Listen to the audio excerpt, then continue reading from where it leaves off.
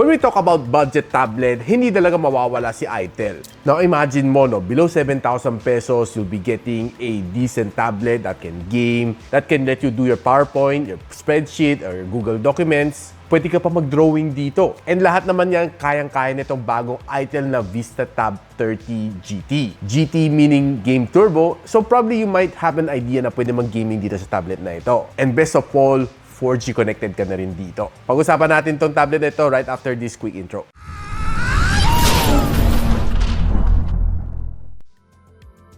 Now, ang ganda dito sa tablet na ito, it comes together with 12 months warranty for worry-free assistance. Now, inside we got your tablet, we have a user guide, A to C cable, and a 10 watts na charging brick. And of course, meron siyang SIM injector tool din. And it also comes together with a free na case, though this is not a leather case, more of a plastic case. And you can simply turn this one around and make it a Toblerone para maging stand siya. Now, it also comes together with a keyboard like this, which is very nice ang pag-typing experience ko dito. And of course, a stylus pen as well, which is Bluetooth connected.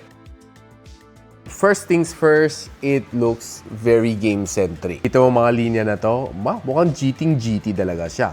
Ready for gaming. And by the way, itong Itel Vista Tab 30 GT na may 6 plus 6 gigs of RAM and 128 gigs of storage is currently priced at 9,999. But if you buy it early, 6,899 na lang siya. And I'll post the link on the description box below kung saan mo siya pwede mabili at a discounted price for the early birds. Or you can just simply click yung YouTube shopping link ko na biglang magpa-flash sa inyong screen. Just simply use yung mga verified links ko para iwas tayo scam kasi malapit na magpasko. Dumadami ang scammers lately. Now, one thing na napansin ko din dito sa kanya is that this one has 4 speaker. You have 2 loud firing speaker dito sa ibabaw and 2 rin dito sa ilalim. Nandito ang kanyang Type-C port. On the side, pag tanggal mo, you'd see a hybrid SIM. Pwede isang 4G SIM and isang micro SD card slot. Should you run out of storage, magagamit mo to. Pag tinignan mo ka ng camera module dito sa likod, it looks kinda iPhone-ish. Eh pag tinignan mo ka ng bezel, it's a little bit thick pero symmetrical naman siyang tignan. Now, one of the first thing that I did dito is to put a SIM card dito. By the way, na-test ko naman si Globe and Smart, wala akong naging problema sa kanya. Nakasagan ako ng 4G agad-agad. Nung niran ko naman ang speed test dito sa aking studio, it got me a 64 na download speed and a 9 Mbps na upload speed, which is just okay, average dito sa aking studio. Now, there's a lot of things na pwede magawa dito sa tablet na ito. I was able to sketch, draw on this tablet, and sobrang okay naman. Yung pen that comes together with the package is very responsive naman dito sa kanyang screen, and it really shows na talagang okay siya, lalo na kung nagtitake down ka ng notes, nagdo-drawing ka, or nasa-sketching ka. Now, by the way, this comes pre-installed with a WPS Office, which is very convenient if you're doing documents, spreadsheets, and presentation. Now, I was able to do some presentation naman dito, and it was okay. Very responsive naman ang screen, and wala ka naman feel na lags. Now, to make your life easier, you can always pair it together with a Bluetooth mouse para mas madali gumawa sa presentation. And this tablet is being powered by the MediaTek Helio G99 Ultimate, and we pretty much know na anong kakayahan nitong tablet na ito. Pagdating sa multitasking, wala kang maging problema dito. I was able to edit a few videos din dito na mga madalian. Eh, kayang-kaya naman i-handle nito tablet na ito. Doing some multitasking tasks dito, like video chatting and doing some other things like browsing on the web, okay din naman siya. And I was able to score a 504,000 points dito sa Antutu benchmark to my surprise. And basically, here are the other benchmark na kailangan mo malaman. Now, in case na hindi mo pa alam ang specs, eto na. Now, one of the good things naman dito sa kanya is yung kanyang battery size is quite decent at 7,000 mAh. It's big enough to last you through the whole day of usage. Though yung charging niya is quite slow at 10 watts. Now, I did try to use another charger na hindi 10 watts. This is a 65 watts na GAN charger ni Ugreen. Eh, slow pa rin siya. So, meaning this can only intake up to 10 or 18 watts at the most, based sa akin analysis. Now, kung tatanungin mo naman ako kung gaano tatagal itong kanyang battery, depending sa iyong usage, pero sa akin, on average usage, it can get me an 8.5 hours of screen on time, based sa PC Mark na battery stress test.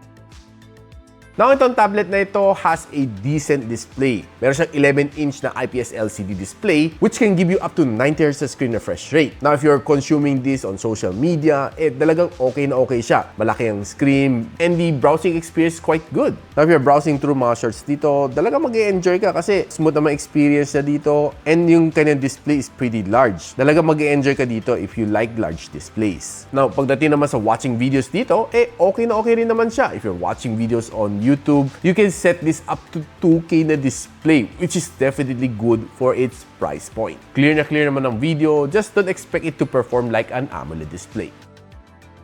Now, nung nakita ko na 4 ang kanyang loudspeaker dito, may 2 sa ibabaw and 2 sa ilalim, sabi ko, uy, mukhang okay ang kanyang sound na. For its price point, mabibili mo to at around 6,899 and 4 ang kanyang loudspeakers, tara, patugtog mo na ako.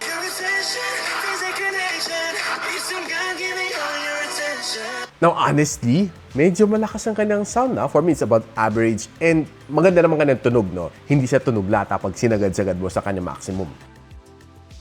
Now, in terms of gaming, I was able to play 2 games naman dito, Call of Duty Mobile and si Honor of Kings. Now, the experience is just okay. Wouldn't say na one of the best na na-try ko at this price point, pero pagdating sa Call of Duty Mobile, sinagad-sagad ko na mga graphical settings and the result was okay. I wouldn't say that sobrang okay kasi nung nagpapan ako ng left and right, feel ko parang medyo nabibitid ako. Not sure kung medyo pigil yung screen or siguro hindi na super responsive ang kanyang touchscreen dahil sa laki ng display. Feeling ko, no, pag nag-i-aim ako, parang medyo nahihirapan ako. Yung sound is good, yung display is good, pero pagdating naman sa Honor of Kings, it's the other way around. Mas maganda experience ko dito dahil yung movement is hindi naman ganun kalakihan, unlike Call of Duty Mobile. And yung kanyang field of view is quite big, so talagang definitely mag-enjoy ka dito sa kanya. Wala naman na feel na lags dito sa kanya, except yung mga kalaban nagte-teleport sila habang naglalaban kami. Overall gaming experience dito, for me, is just average.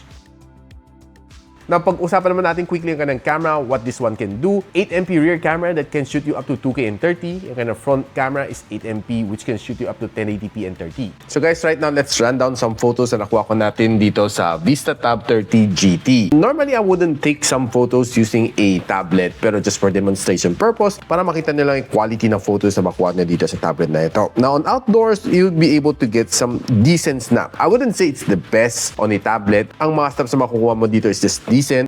There are times na medyo hirap siya mag-focus ng konti. Pero overall, I would say not so bad naman yung mga kanyang photo quality. But there are times that it might overexpose, just like these flowers. Now, if you go indoor naman, you'll be able to get some nice snaps din naman. Though, yung color niya hindi kasing vibrant ng ibang tablets out there. But I would say na it's sort of decent naman to be able to send this to your friends sa Facebook and share it sa Instagram. Pero I wouldn't say na yung quality niya is really that good. Just decent lang. Sa mga selfie photos na makukuha mo on outdoors, mapapansin mo na it's a little bit yellowish. Yun ang first thing na napansin ko dito sa kanya. And parang ako may hepa dito, no? Yun ang napansin ko. I'm not quite sure why.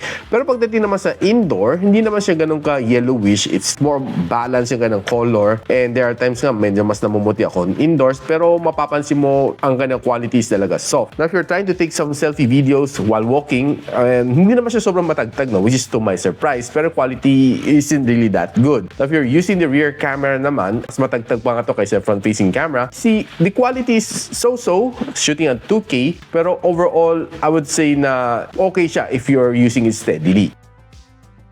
Now guys, ano masasabi ko dito sa tablet na ito? With a price point of early bird na 6,899, talagang hindi katalo dito. Ang ganda dito sa kanya is manipis sa kanyang tablet. You can do everything dito. Multitasking is such a breeze. You can play some basic games like CODM, ML, and of course, Honor of Kings. Pati PUBG din, I'm pretty sure kayang-kaya din. The best thing dito is you can take down notes, you can do your presentation. Pwede mo rin itong gawing basic laptop pag nasa school ka or nasa office. And siguro ang pinaka-best selling point para sa akin dito is that it's 4G connected. Working ang Globe and Smart based sa aking testing. So kung medyo budgeted ka and you're looking for a really nice na decent tablet, this one, si Itel Vista Tab 30 GT is definitely one of my best recommended na tablet. So ikaw, bibili ka man nito? Let me know in the comments. And kung may alam ka mga friends na naghanap ng tablet na budget, you can share this video to them. And of course, in-encourage ko kayo mag-like, subscribe dito sa aking channel para ma-notify kayo once na nag-upload ako ng mga useful and educational na video just like this one. So paano yan? Hanggang dito na lang muna ako and I'll see you